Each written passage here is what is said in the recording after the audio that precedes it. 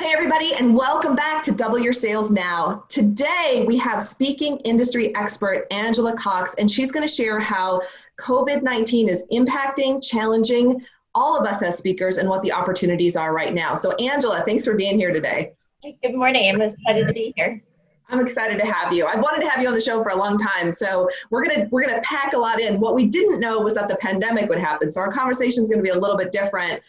And I think this is information people really need right now. So whether they're a speaker, they have an event, they want to attend an event, I think we're going to be able to give them some information about what you're seeing right now.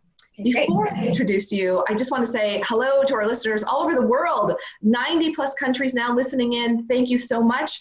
And thank you for leaving the reviews. If you haven't left a review yet, you can go to salescoachnow.com/giveaway. And we're giving away a cool gift there. We're going to give you a copy of my book, One Great Goal, plus an audio to listen to and a workbook so you can figure out what you want next. So go there. All the information is there on how to give us a review, and we thank you for that. Also, if you haven't been to Sales Camp yet, we've gone virtual and we're recording this on April 22nd. So that'll kind of give you an idea of where we are in terms of the pandemic right now. So right now, all of our in-person sales camps are virtual, and we'd love for you to come out and play with us there. If you haven't attended yet, you can email us at contact@salescoachnow.com, and my team will get you all the information on how we can hang out together. If you have an event coming up, a virtual event, or you want some sales training for your team to figure out how to sell in uncertain times, you can email me at contact@salescoachnow.com, and we can tell you how I can support your team, your group, your association right now. And with that, I'm so excited to introduce Angela Cox. She founded Midwest Speakers Bureau in 1998. Angela enjoys learning about your needs as her client, so she can provide creative options and help you find a great speaker. When possible, Angela attends speakers' presentations so she can get a feel for the audience response. It's that response that helps her connect clients with the perfect speaker. Angela practices her listening skills at home with her two sons, Grant and Derek, who have given Angela many good stories of her own to share. And I can certainly relate to raising a boy, and you've raised two boys. It's just a fun adventure every single day. So, Angela, I just want to say thank you for being here. I'm delighted that one of your clients found me somewhere along the line. I remember I was out one day and I got this call from you and you introduced yourself. And sometimes I think, is this spam? Is someone trying to sell me something? No, I think one of my clients wants to book you. So that's how we got connected. Right.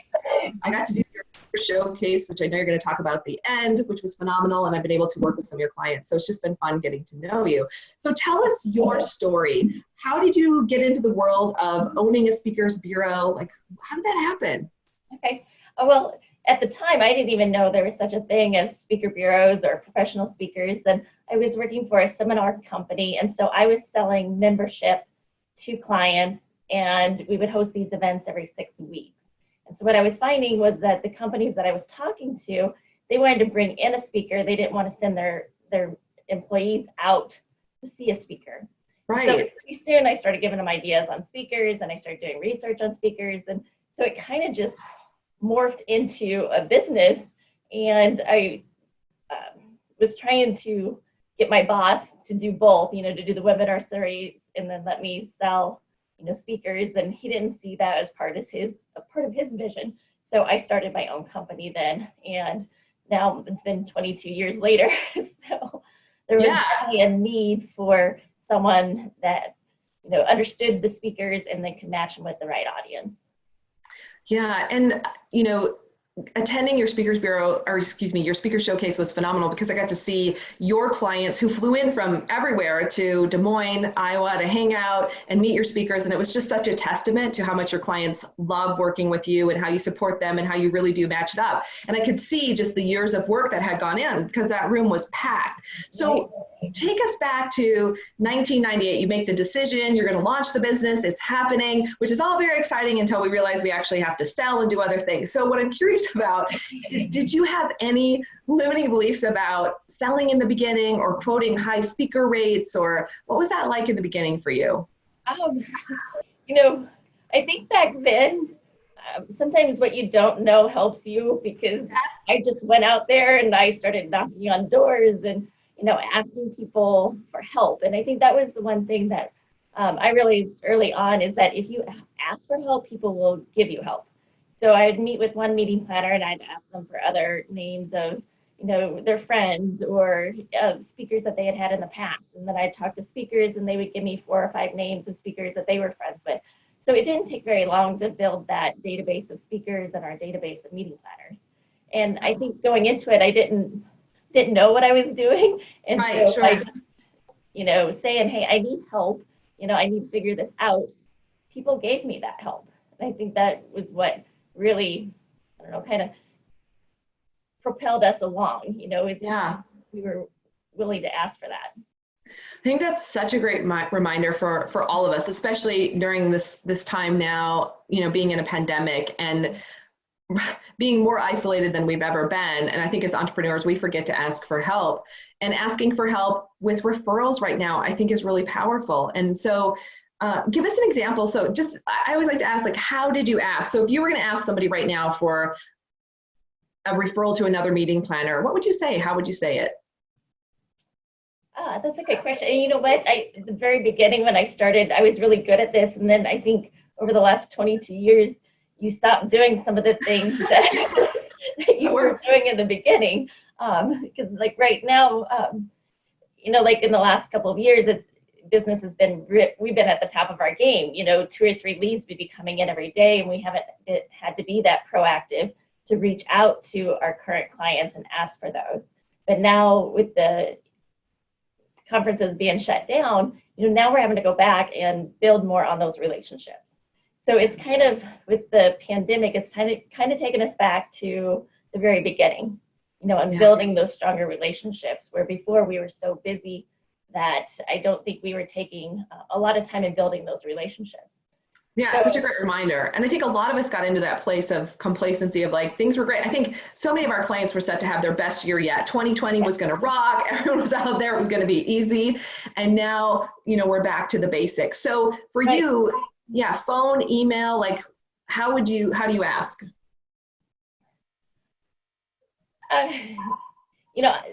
We've gotten very comfortable with email. And, yeah, that's okay. With people being so busy before, to get them on a phone, it would be really hard. And so usually, like, after we get done with an event, we send out an email and we say, thank you for booking the speaker. Do you have anybody that you could recommend, that would be interested in this speaker or our services? Yeah. So we've gotten to where it's more email, but now that people have kind of slowed down, I'd probably go back and start using the phone again, because you can reach people now. And that's what we're hearing from a lot of our clients. They're shocked.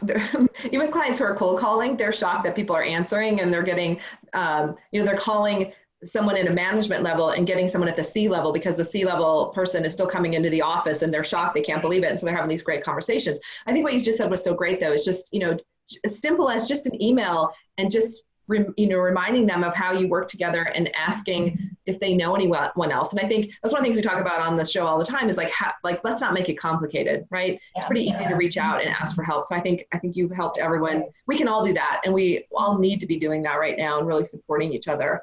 So going back, Angela, and then I want to talk about like the kind of current what's going on, but going back to 1998, you launched the business, you asked for help, and in some ways, not getting in your own way because you didn't know what you didn't know was very valuable. So was there a moment like in 1999 or 2000 where all of a sudden, you hit that moment of there's more money coming in than bills going out, like that profit moment, or that moment when you just knew that the business was going to be successful? I don't know if there was an exact moment, but so when I started the business, what I did was I worked part-time in a jewelry store in the evenings and weekends. So during the day, I could work on my business, and then I had, money coming in for the part-time job. And so it was about 2 years into that when I was able to stop working part-time. So that was when I realized that, hey, this is going to work. I loved what I did. And so at that point, it was like, good, I don't have to do the part-time job. I have enough income coming now that I can just focus totally on my business. Yeah, that's great. Well, that's a moment. I think a lot of entrepreneurs have worked a part-time job or two, or did something else to make sure that they could get it off the ground, right? And for all of our listeners, they love hearing that, because some of them are probably doing that right now. And trusting that it does come to an end. Yeah. So let's talk about the pandemic. It's happening. Before we started this conversation, you and I were just chatting about some of the meetings you've been invited to, and you're hearing from, corporations who are experts in the industry and corporations and what they're planning to do. I'd love to get your take on the pandemic. Like, I know, and we're not holding you to any of this, but, what do you think is going to happen? What do you see rolling out? And how can anyone who's having an event or speakers that are out there, like, just any advice you have for them? So it's like 40 questions in one, but I'm just going to let you talk and then we'll dissect it. Okay. So right now, for clients that are still hoping to move forward in August and September and have their event, we've actually been doing in our proposals, doing a fee for a live event and then a plan B for a virtual. So that way we have, if we can't do the on-site event, that we do have a backup plan. So I think right now when you're talking, if you're talking to a meeting planner, or even if you are a meeting planner, it's good to have different plans put in place so that way you can easily pivot to plan B if you need to. Because right now, nobody knows how long this is going to go on. Right. So I just want to interject that makes a lot of sense. Is there a difference in fees for I'm going to show up in person, here I am, versus my virtual event or my virtual showing up? That's a good question. Do we know yet? I don't know. We've had this conversation quite a few times over the last few weeks. Some speakers are discounting their rates by 30% if it's a webinar. I had a call the other day with a bunch of bureaus, and on average, most of the bureaus are seeing that the speakers are discounting their rates by 50%. So if your on-site fee is $5,000, then you're charging $2,500 for the webinar. Interesting. You don't have the travel involved with the webinar. It's still the same content, so the speakers should still get paid for their content, but since they don't have that travel time involved, so I would say anywhere from like 30 to 50% is what we're seeing in a difference between an on-site or a webinar. Yeah, got it. And what about, so you talk about plan A and plan B and just contingency events. I feel like there's, as this pandemic rolls out, there's the new normal now, and then there's the next normal and the next normal, and so much that we're not sure about yet. But what are some things that you're hearing of people, how companies are adapting or things that they're shifting right now just to still have events, but maybe have them in a different way? So some of them have switched to more virtual events. We're seeing a lot of webinars where it's maybe an hour or an hour and a half webinar. And it's more focused on training. I think we're going to start seeing more webinars now where it's more of a virtual keynote or a virtual presentation versus a webinar. And so it's going to be more inspirational and, maybe to kick off a day summit, online, virtual summit. So I think we're going to see a little bit of a shift where, people were using the webinars more for training. And now as people kind of get more familiar with it, I think we'll start to see more of the virtual presentations, more like a, energetic keynote, like what we're used to seeing. Yes, got it. So slight shifts there. Yeah. And what about even, go ahead. We'll continue to see that until we're able to go back to the live conferences. And on the webinar I was on yesterday, I think with the live conferences, we're going to have to start small and then grow. Like one example they gave yesterday was a rolling attendance. So you might have, if you usually have 400 people at your conference, you might have to break it up into 4 days and only have 100 people attend each day and have your conference for 4 days in a row. Yeah, that's interesting. So what you're saying is the same speaker would speak 4 different days potentially with 4 different audiences, but a smaller group just to kind of make sure that you're staying within specific guidelines of how many people in a room, et cetera. Right. Yeah. So keep the attendance smaller so that it's more manageable. I want to talk about marketing and selling from the perspective of like what you're doing for your speakers and just any speakers who are out there listening right now.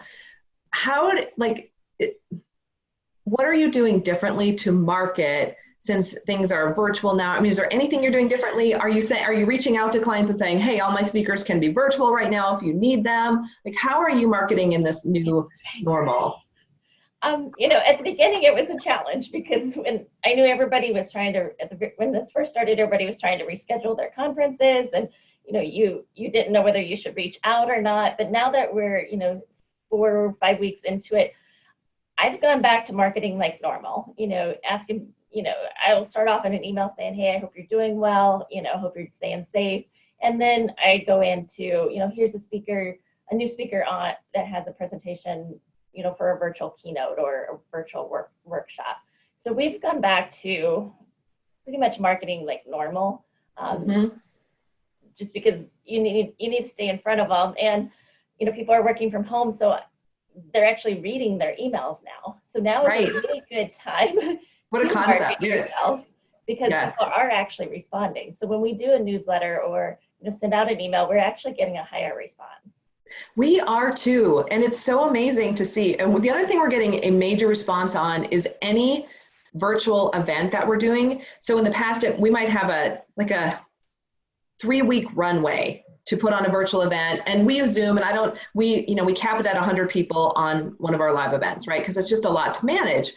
And even that seems like a lot to me right now. But anyway, what used to take 3 weeks now is taking sometimes 3 days.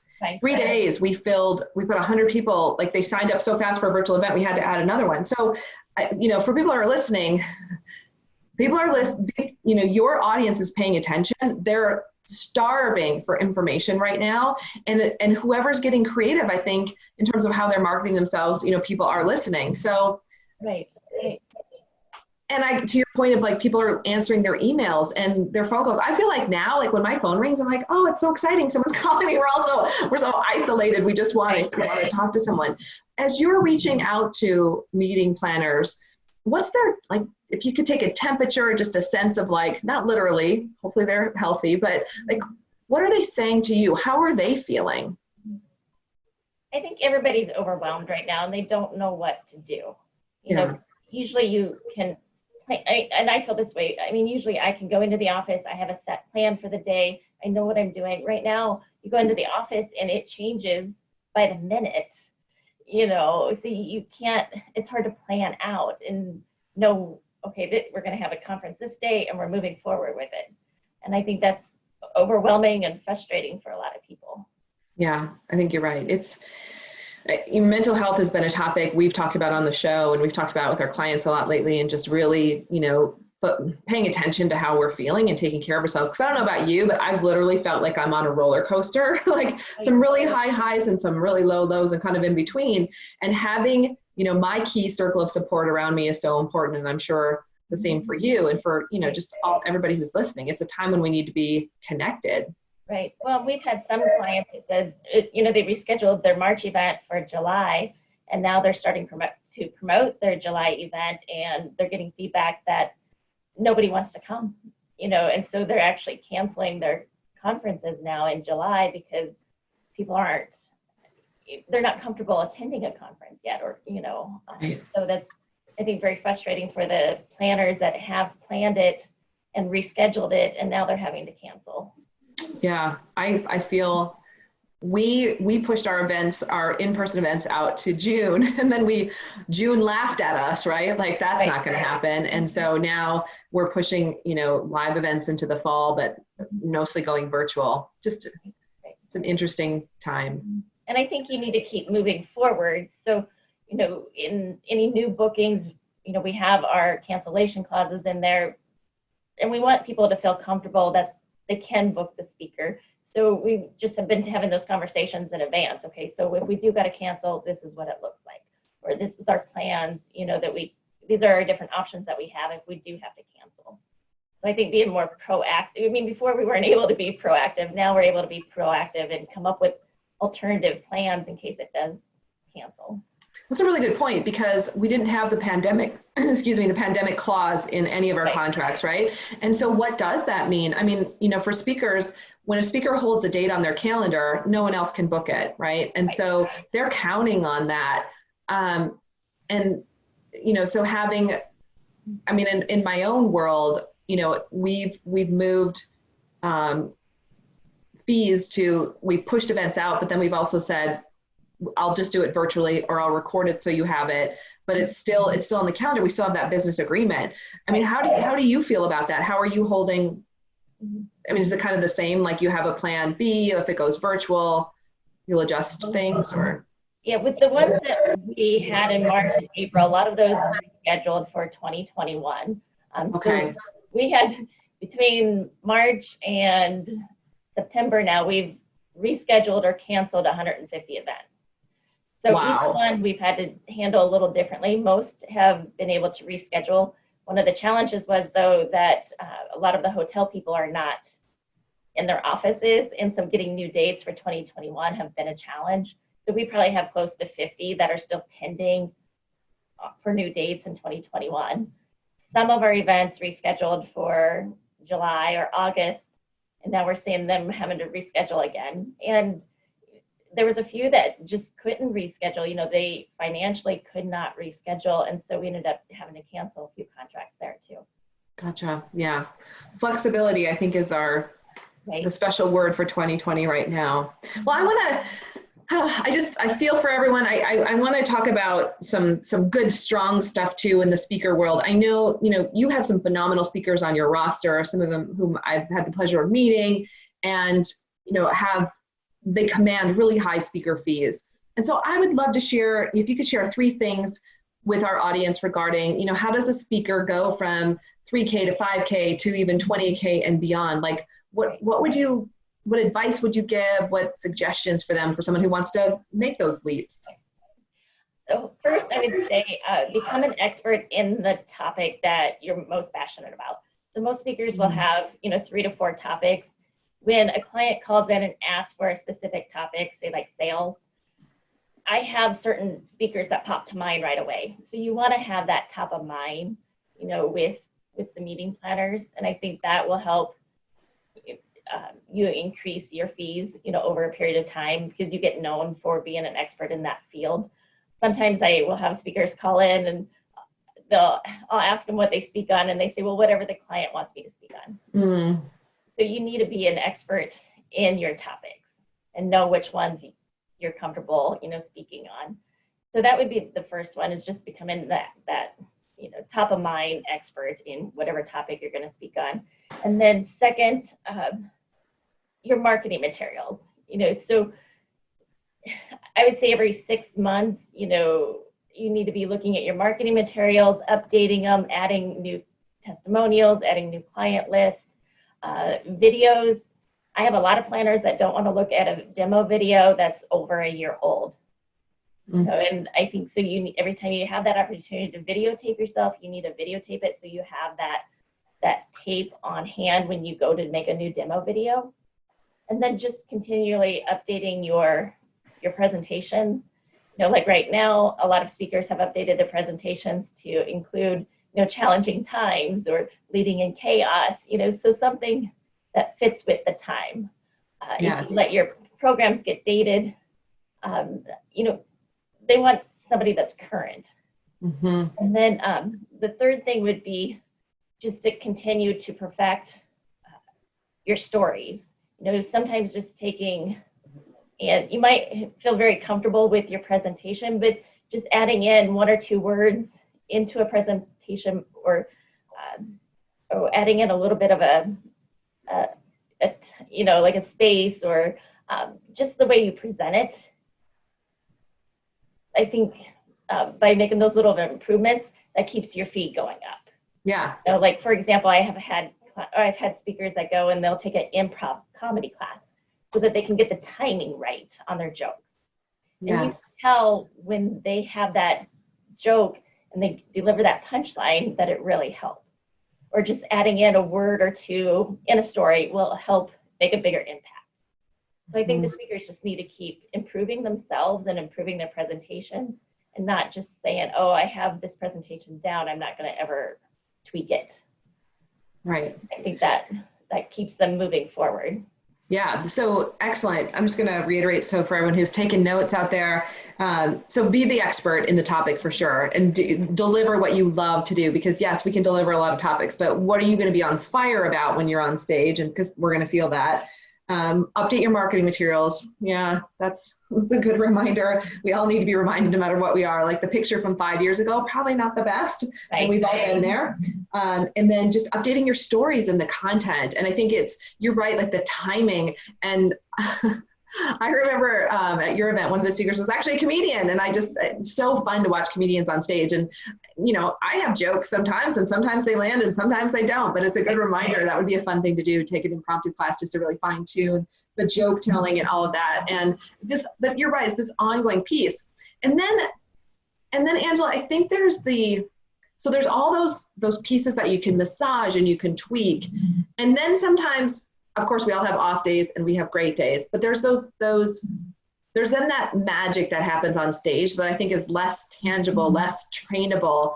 It definitely comes from all the things we talked about. It comes from the hard work, they're perfecting, the tweaking. What else is it? Why, when you see a speaker really sparkling on stage, what is that? For me personally, I connect with the ones that have more of the personal stories. And I think if the speaker has those really strong personal stories, that when you walk out and then a few days later you have something happen to you and you remember that message that was in that person's story. Yeah. I think that's when they have the greatest impact, is when you can remember, you might be sitting there laughing and listening to their story during, their presentation. But then when you walk out, you're actually able to say, hey, I remember what that speaker, said the other day, and I need to use that right now to help me get through this. Yes. That's when they have that greater impact on an audience.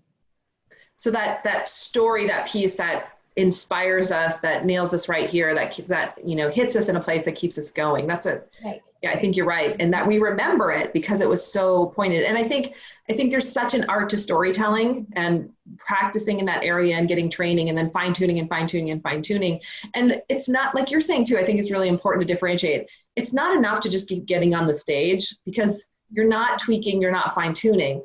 What you're talking about, Angela, is really working on just the nuances, like one word here that lands really well. And as a speaker, you can feel when something hits really well and when it goes flat. So it's also remembering afterwards. One of the things that helps me is to take notes afterwards, to remember this really, hitting on this spot right here really nailed it. This fell flat, and trying to remember those pieces. Because speaking is a humbling business. Go ahead. And I also think remembering which audience you're speaking to, because each audience is going to be different and going to respond differently.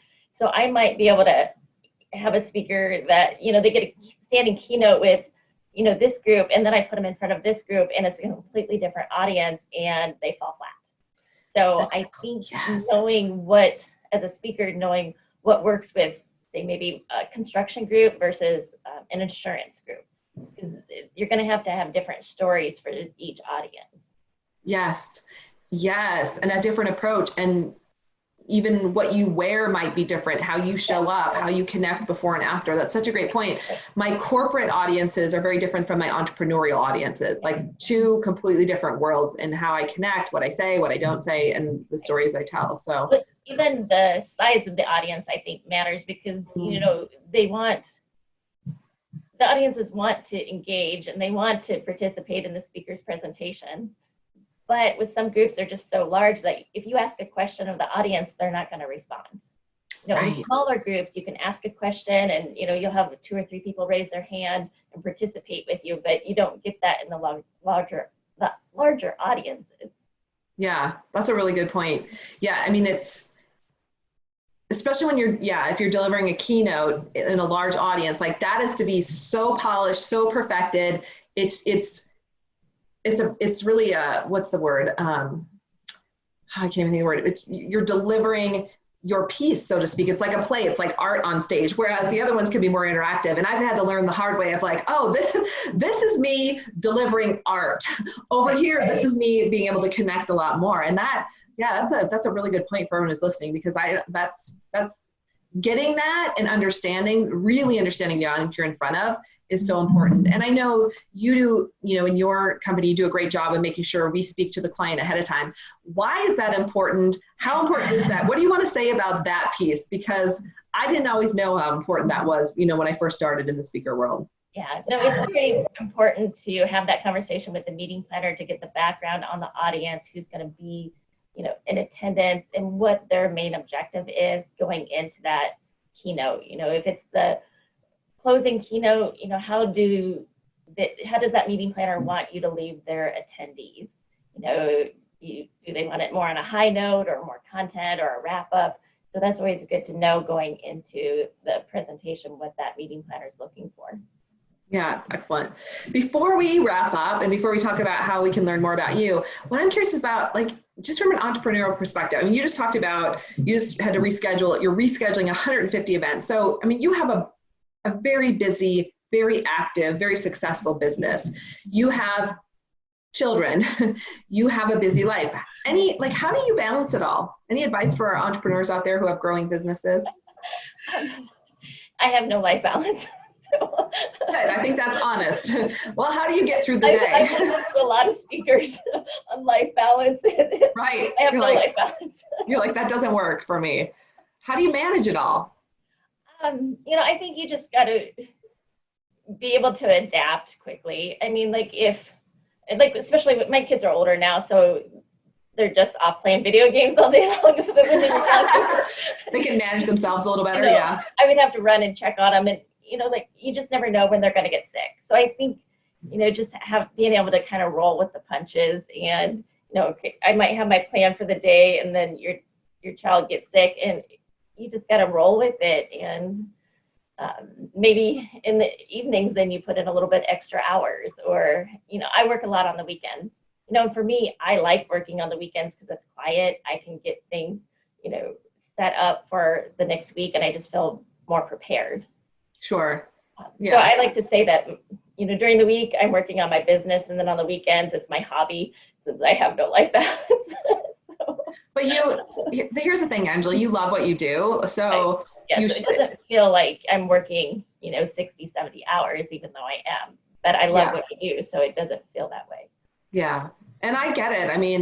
I think when we're all juggling so many things, there are times on the weekend when it is just easier. It's like, oh, no one's calling me. I don't have any client meetings. I can just knock out this project really quickly, where during the week with so many interruptions, it would take forever. So, we all do what we have to do. So on that note, I'd love to hear, so I would love for you to share with our audience your website and the best way to contact you. And then please, I know you've worked with top speakers. You have some incredible speakers. I'd love for you to highlight them right now. I know they're available for virtual events. So tell us more.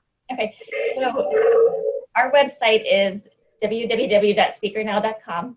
Our phone number is 515-974-8305. And then my email, if anybody wants to contact me directly, is angela@speakernow.com. And we actually have, you were in it last year, our speaker showcase, you mentioned it a little earlier. We have that coming up, which is Tuesday, August 25th.